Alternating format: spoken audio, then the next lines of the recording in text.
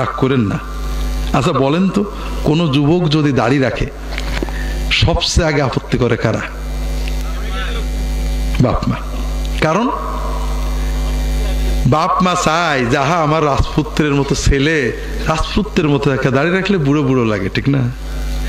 তবে বাবা মার রাজপুত্র কিন্তু হাসান হোসেন না, ওই বুশ আর ফুস।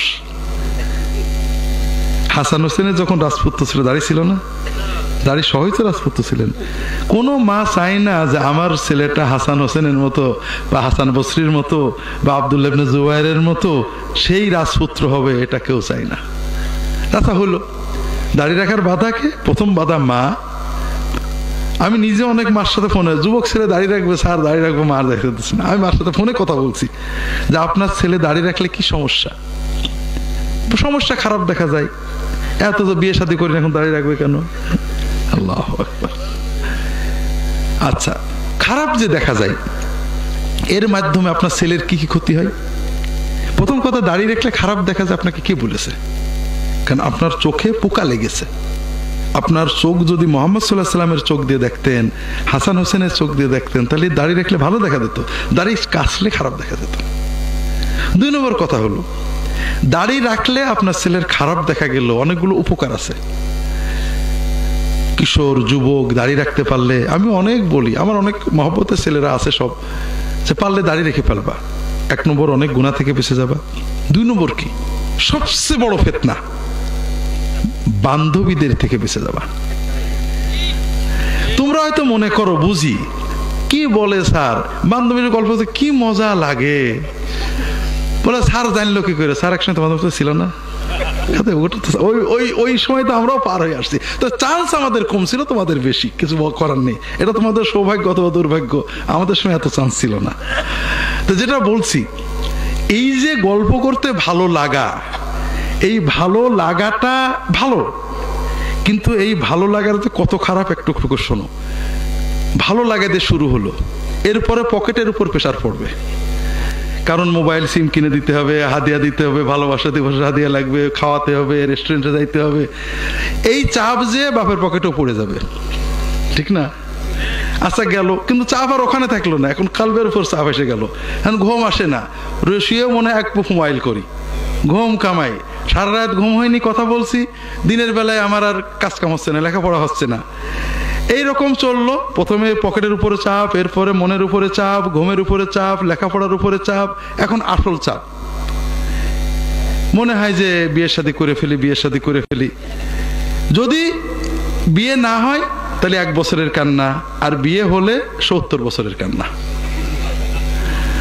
কারণ এই বয়সে যে চয়েস, এই চয়েসে সাধারণ, আমরা তো হুজুর মানুষ, তো অনেকেই আসে, স্যার পছন্দ করে বিয়ে করছিলাম, খুব কষ্টে আছি। কত মানুষ, মেয়েরাও আসে, ছেলেরাও আসে। এই জন্য যদি দাড়ি রেখে তুমি অন্তত 22-23 পর্যন্ত যেতে পারো, এরপরে তোমার সিদ্ধান্ত নেওয়ার মতো যোগ্যতা এসে যাবে। তখন অন্তত পছন্দ করার আগে 2 বার চিন্তা করবা, তাই তো কোন দিকে যাচ্ছি। কিন্তু এর আগে এই বিপদ থেকে তুমি বেঁচে যাবা, দাড়ি তোমাকে বাঁচাবে। তৃতীয় হলো বন্ধু। দুষ্ট বন্ধুরা সমাজে অনেক, ওদের দোষ কি? ওদের বাবা মা ছেড়ে দিয়েছে, খারাপ হয়ে গেছে। তুমি যখন দাঁড়িয়ে রাখবে, প্রথম তোমাকে গাল দেবে, এই হুজুর হয়ে গেছে, মোল্লা হয়ে গেছে, মৌলবাদী হয়ে গেছে, জঙ্গি হয়ে কিছু একটা বলবে। কিন্তু যখন দেখবে যে কিছু হইলো না, তখন আস্তে আস্তে কেটে পড়বে, তুমি বেঁচে গেলে। শুধু বাঁচলেই না, 2-1 বছর পরে দেখবা, আমাদের অভিজ্ঞতা থেকে বলছি, তোমার ওই বন্ধুরাই তোমাকে এসে আর তুই বলতে সাহস পাবে না, তোমার প্রতি একটা ভক্তি এসে যাবে, আপনি বলতে চাইবে, তুমি বলবে তুই, কিন্তু ওর মুখ দিয়ে তুই বেরোবে না, তোমার প্রতি একটা শ্রদ্ধাবোধ জন্ম নেবে। এখন বাবা মায়ের আর একটা আপত্তি আছে, হুজুর আজকাল দাড়িটা রাখলে পুলিশে ধরে। এটা দুঃখজনক। দাড়ি রাখা লোকে সন্ত্রাস জঙ্গিবাদ করে বেশি, না দাড়ি চাষা লোকে করে বেশি? দাড়ি চাষা লোকে। কথা বোঝেন না? দুর্ভাগ্য, একটা দাড়ি রাখা ছেলে সমাজের সম্পদ। সে সৎ, সে সন্ত্রাস করে না, সে মদ খায় না, হিরোইন পাচার করে না। আমাদের উচিত এদেরকে প্রমোট করা, উৎসাহ দেওয়া। কারোর বিরুদ্ধে কেস থাকলে ভিন্ন কথা, কিন্তু দুর্ভাগ্য যখন আমরা দেখি দাড়ি বা ইসলামী বই দেখলে একজনে ধরে নিয়ে গেল। তারপরও এই দুর্ভাগ্য, জুলুম, এটা যারা করবেন তাদের ফল পাবেন।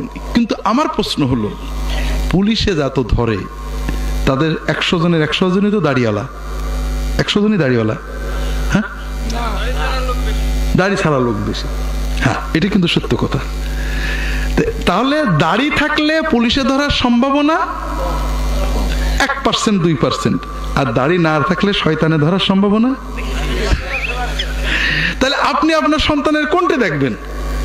যদি ও দাড়ি রাখে, ও খারাপ বান্ধবীদের হাত থেকে বেঁচে যাবে, খারাপ বন্ধুদের হাত থেকে বেঁচে যাবে।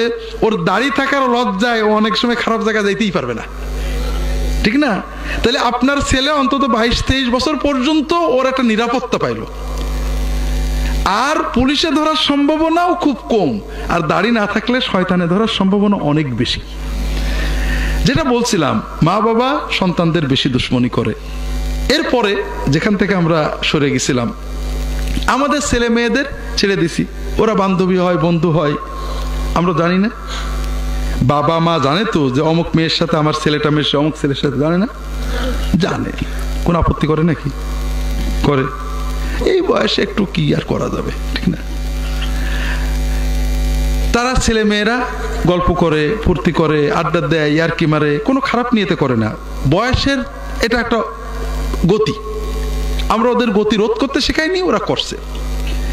এক সময় ওদের মনে হয় আমরা এক হই, একসাথে হই, আমরা সম্পর্ক তৈরি করি, কিন্তু ওরা জানে যে বিবাহ ছাড়া ছেলে মেয়ে একসাথে হওয়া, কাছাকাছি হওয়া এটা হারাম।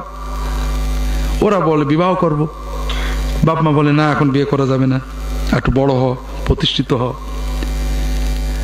তখন ওরা গোপনে বিয়ে করে, করে না? আছে না? বিয়ের খবর শুনলে বাপ মা রাগ করে না, খুশি হয়? ওই যে রিলেশনের সংবাদ শুনে রাগ করছিল নাকি? বিয়ের সংবাদে রাগ করেছে, কারণ রিলেশন হলো হালাল কাজ আর বিয়ে হলো হারাম কাজ। হ্যাঁ, তার মানে বাবা মার কথা হলো, তোরা যত পারিস হারাম কাজ করছিলি, ভালো করছিলি, তোরা আবার হালাল কাজ করতে গেলি কেন? লা হাওলা ওয়ালা কুওয়াতা ইল্লা বিল্লাহ। এরপরও আমরা শবে বরাতে নামাজ পড়ি, হুজুরের মিলাদ পড়ে খাওয়াই, মনে করি বিরাট মুসলমান। আপনার ঈমান কোথায় আছে?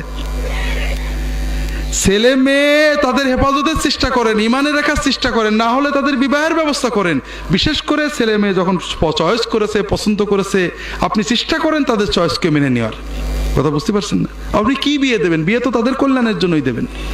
যাই হোক, যেটা বলছিলাম, পিতা মাতা, পরিবেশ, সমাজ সবাই নিজেদের স্বার্থে আমাদের যুব সমাজটাকে ডিরেল্ট করে দিচ্ছে। তবে যুবকদেরকে নিজেদের স্বার্থে সচেতন থাকতে হবে, যেন আমার শেষ বয়সে আমাকে কষ্ট করতে না হয়, আল্লাহর সাথে আমার সম্পর্কটা থাকে।